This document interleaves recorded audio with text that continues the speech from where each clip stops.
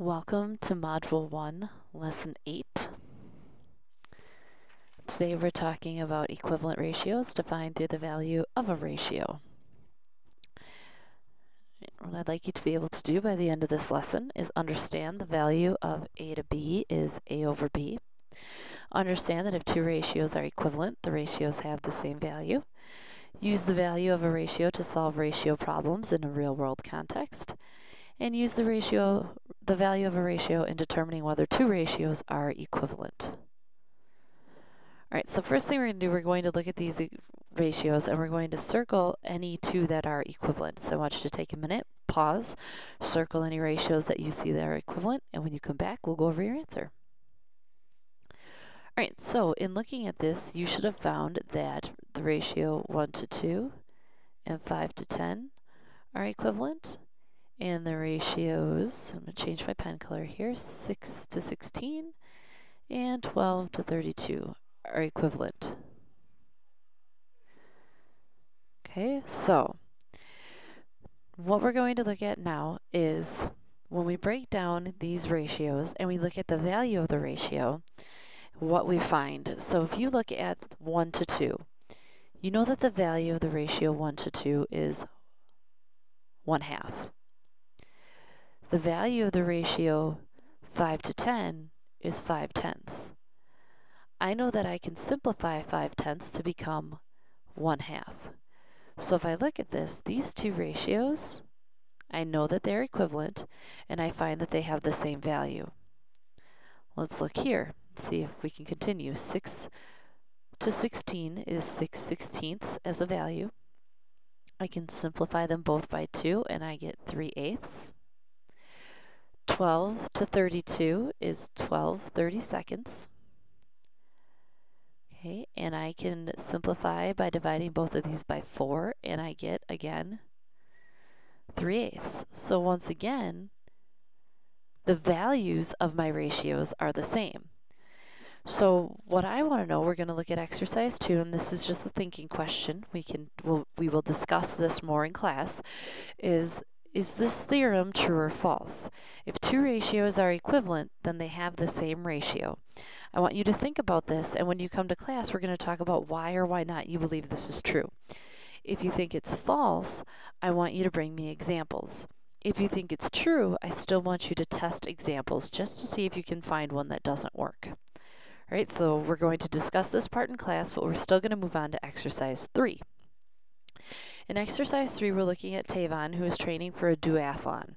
A duathlon is a race that consists of running and cycling. Cycling meaning biking.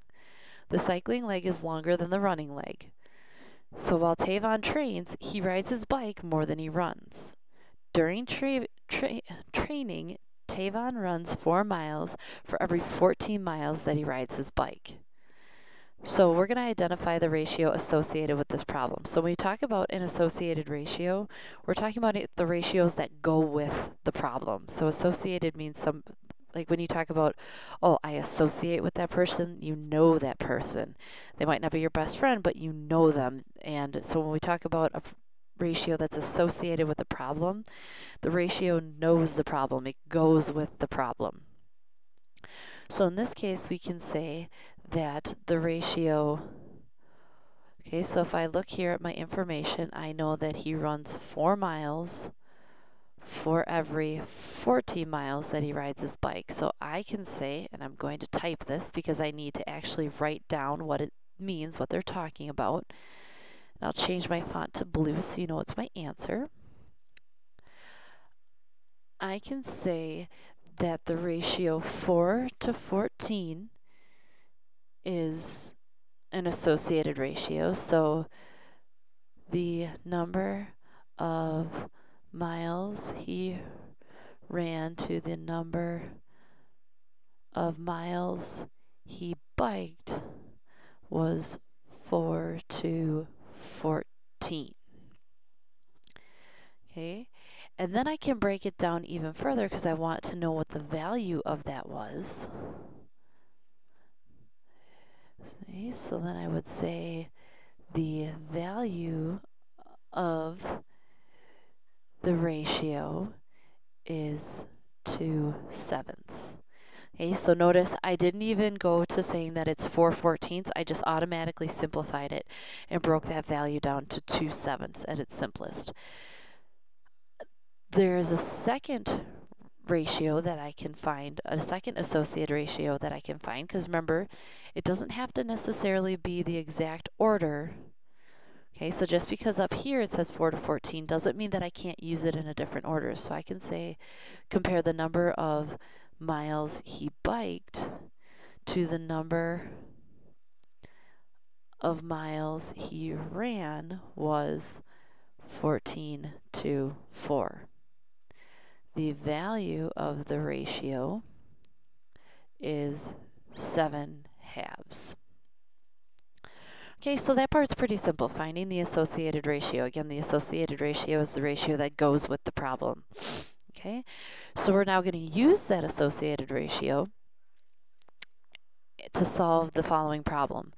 So when Tavon completed all of his training for the duathlon, the ratio of the total number of miles he ran to the total number of miles he cycled was 80/280. Is this consistent with Tavon's training? And then we're going to explain why or why not. So I know that I could make a tape diagram and look at the values of each piece and figure it out that way, but I want to use the value of the ratios here to see if it's consistent. So what I'm going to do is I'm going to take the value. Okay, so I know my original value. Since here I'm looking at running to biking, I'm going to use my running to biking value. In the first ratio, the value was 2/7. I know that the value from this problem is 80/280. Now if you look, both of these can be divided by 10 because both of them end in 0. So let's do that first. And I get 8/28. Well, I further know that both 8 and 28 can be divided by 4. So if I divide them both by 4, I get 2/7.